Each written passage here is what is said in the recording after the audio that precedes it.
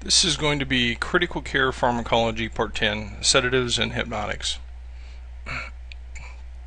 Sedatives and hypnotics. These are ideal for whenever patients are anxious, whenever you need to sedate them. Not really an analgesic. This is going to just decrease their level of consciousness. First section we're going to talk about here are benzodiazepines.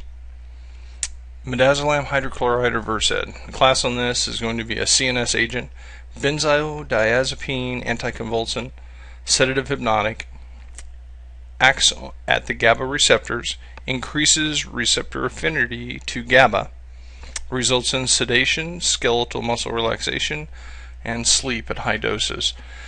GABA is gamma aminobutyric acid. The receptor sites, whenever it increases their affinity, this is a GABA agonist.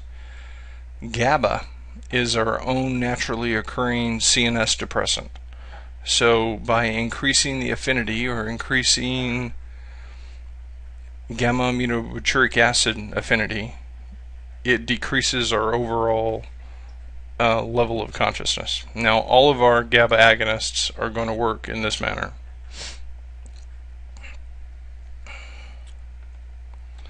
Indications: anxiety, need for sedation, rapid sequence intubation, combativeness. Contraindications are going to be hypotension. If they have a decreased level of consciousness, this is going to decrease it even more. Hypoperfusion or shock. Alcohol intoxication. Narrow angle glaucoma could also be problematic with this.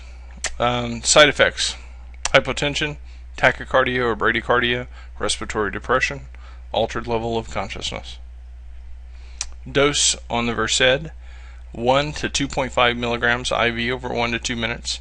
Pediatric: 0.05 to 0.2 milligrams per kilogram IV over 2 to 3 minutes. Special considerations: Flumazenil or Romazicon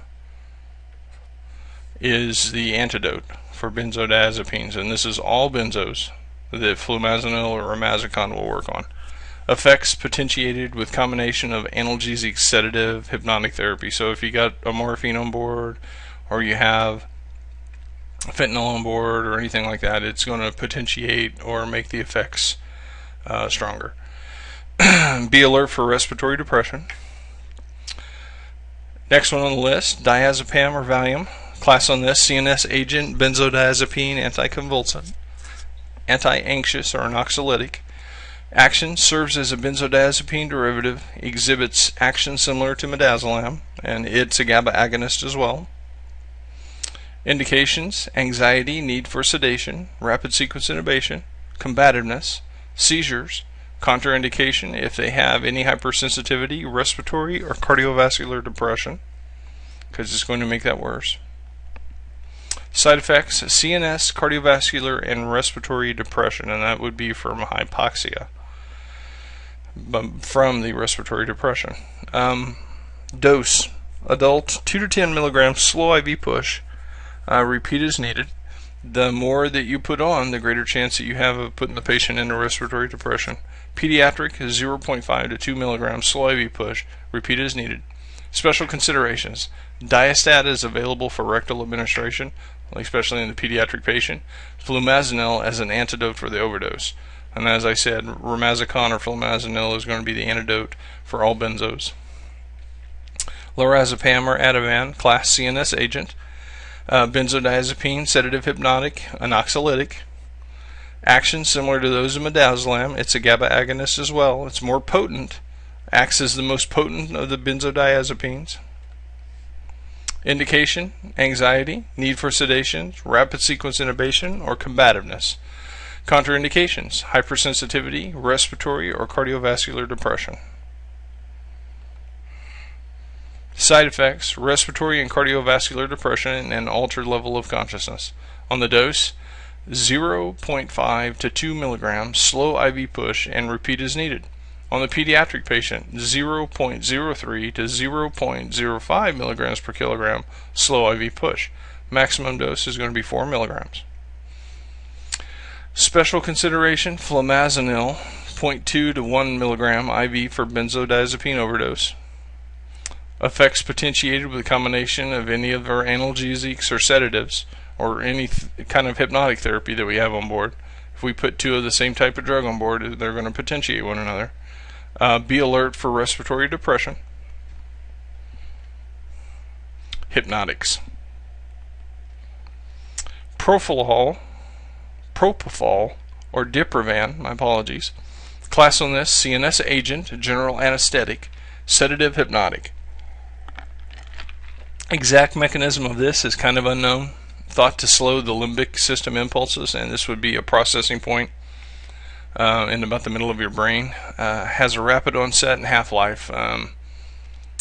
Pretty much whenever you turn a Diprivan drip off, their level of consciousness will start to resume. When you keep it going, their level of consciousness will go down. So turn it on, LOC goes down. Turn it off, LOC comes back. Indications: need for sedation, painful procedures, endotracheal intubation, or mechanical ventilation. Contraindications: known hypersensitivity, cautious if they have egg, soy, or any kind of peanut allergies. Side effects: hypotension, decreased levels of consciousness, respiratory depression, bradycardia, tachycardia, pain at the injection site, acannulous cholecystitis, which means a gallbladder attack, not from a stone, with prolonged use. Adult dose on this is going to be 2 to 2.5 milligrams per kilogram IV push over 1 minute. Maintenance infusion 0.1 to 0.2 milligrams per kilogram per minute. Pediatric, greater than 3 years, we're going to give 2.5 to 3.5 milligrams per kilogram IV over 1 minute. Maintenance infusion on this 0.125 to 0.3 milligrams per kilogram per minute. Special considerations: consider the use of analgesic with Propofol administration. Discontinue infusion for assessment. If you discontinue the infusion, like I said, their LOC will come right back. Non-barbiturate hypnotics.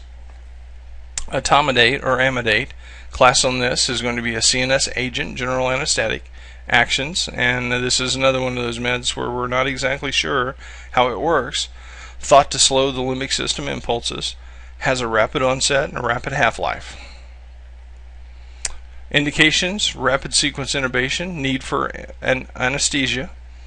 Contraindications: any kind of known allergy, pregnancy, or if you have adrenal cortical function suppression. So if your adrenaline glands essentially are suppressed or you're having problems with them, it might not be the best drug of choice. Side effects: respiratory depression, bronchospasm, bruxism, vascular irritation, muscular rigidity. Clenched teeth is bruxism. Dose 0.1 to 0.3 milligrams per kilogram IV over 1 minute. Special considerations: no analgesic effects. Side effects are exacerbated with rapid administration. So if you don't push this medication over a minute, you're going to, all your side effects are going to be exponentiated, probably about tenfold. Narcotic benzodiazepine antagonist. Naloxone hydrochloride, Narcan, CNS agent, narcotic antagonist. Actions: acts as oxymorphone analog, exerts no opiate effects, blocks the opiate receptor. It's competitive. Indications: opiate overdose. Contraindications: if you have any kind of hypersensitivity to it. Side effects: hypertension, tachycardia, ventricular dysrhythmias, abrupt withdrawal symptoms in long-term narcotic users and abusers.